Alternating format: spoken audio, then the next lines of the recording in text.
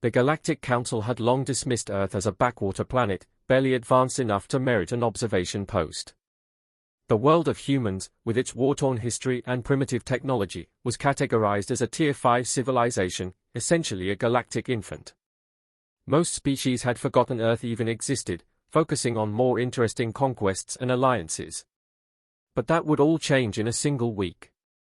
The day it started was unremarkable by galactic standards.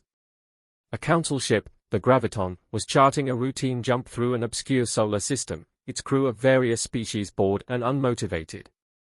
Captain Cortel, a towering Zeltrax with 4 eyes and a calm demeanor, stared at the data feed. His crew, a mix of engineers, navigators, and diplomats, were equally disengaged.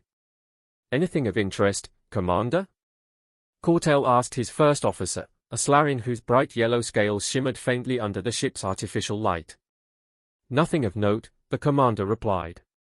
"A small, primitive planet in Quadrant 4b7. Earth?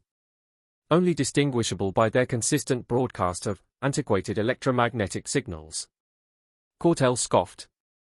"Humans? Weren't they still fighting over resources the last time we passed this way?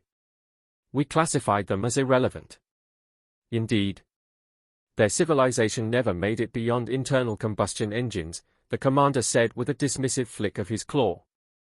Cortel was about to order the ship to continue on when a sudden spike in energy readings blipped across the console. His primary engineer, a Redorvian named Zilka, leaned forward in her seat, mandibles twitching with confusion. "Captain, we're detecting an energy surge from the planet." "Surge? What kind of surge?" Cortel asked, frowning. "Unknown," Zilka replied, her voice uneasy. "It's massive. Off the charts. It's not natural." Cortel leaned closer. "Could it be an experiment gone wrong?" Zilka shook her head. "Captain, this energy is enough to power a Dyson sphere for a millennia. There's no way a Tier 5 species could generate this. We need to investigate." The Graviton dropped out of warp near Earth, their cloaking field hiding them from primitive human sensors.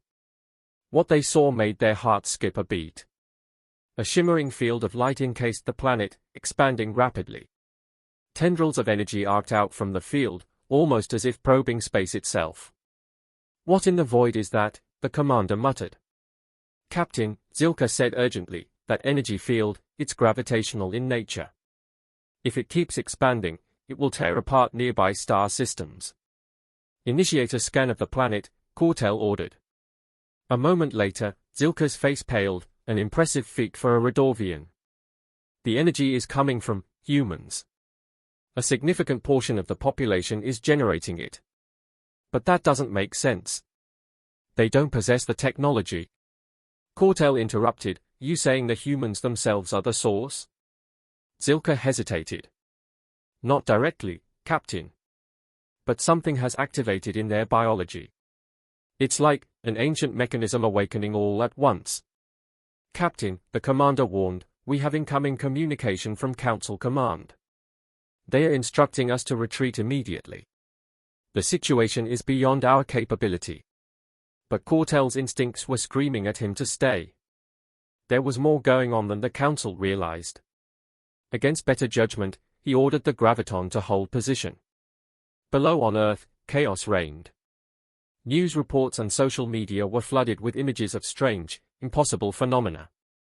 People were developing extraordinary abilities, some could manipulate matter, others bent time, and still others harnessed the raw energy of the universe itself. Governments scrambled to understand the sudden change, but there was no time for research. A massive global storm, powered by the awakened humans, threatened to tear the planet apart. In the midst of it, one woman stood at the center of the chaos, Dr. Evelyn Carter, a geneticist who had long suspected humanity's dormant potential.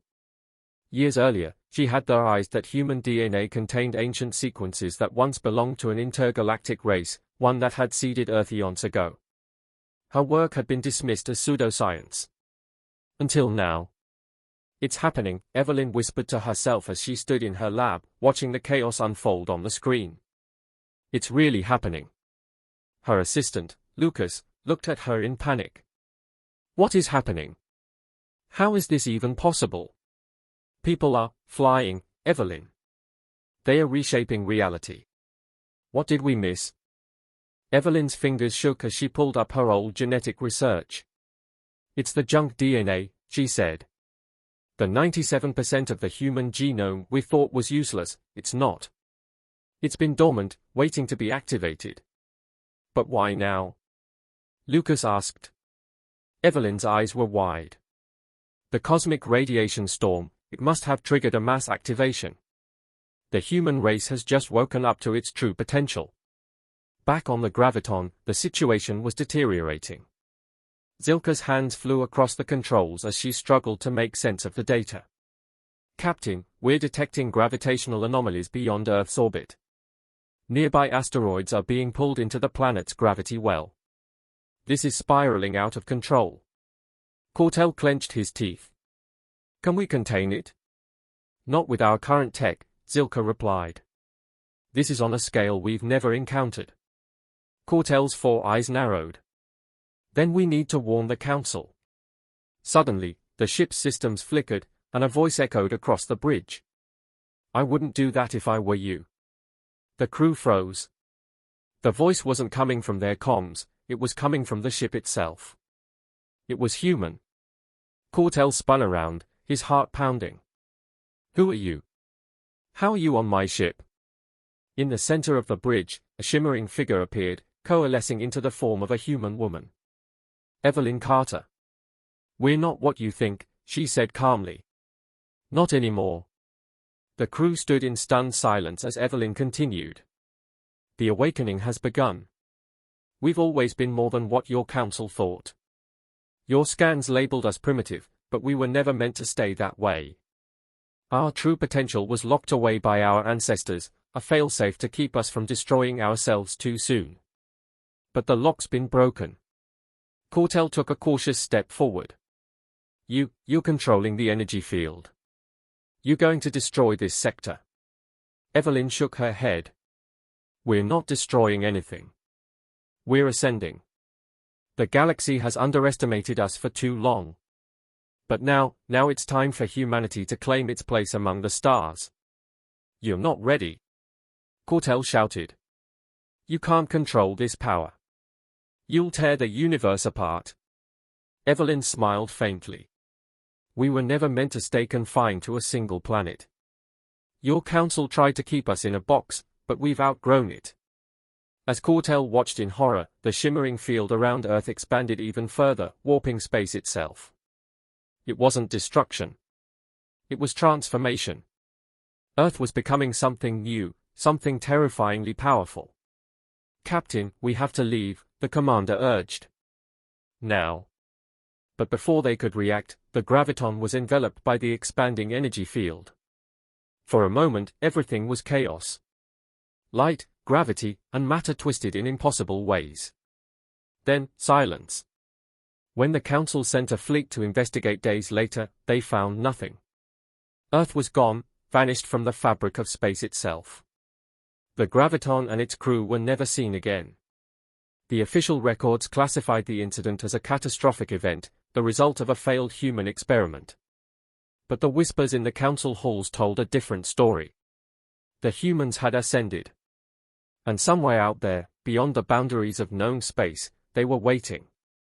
Waiting to show the galaxy what it truly meant to evolve.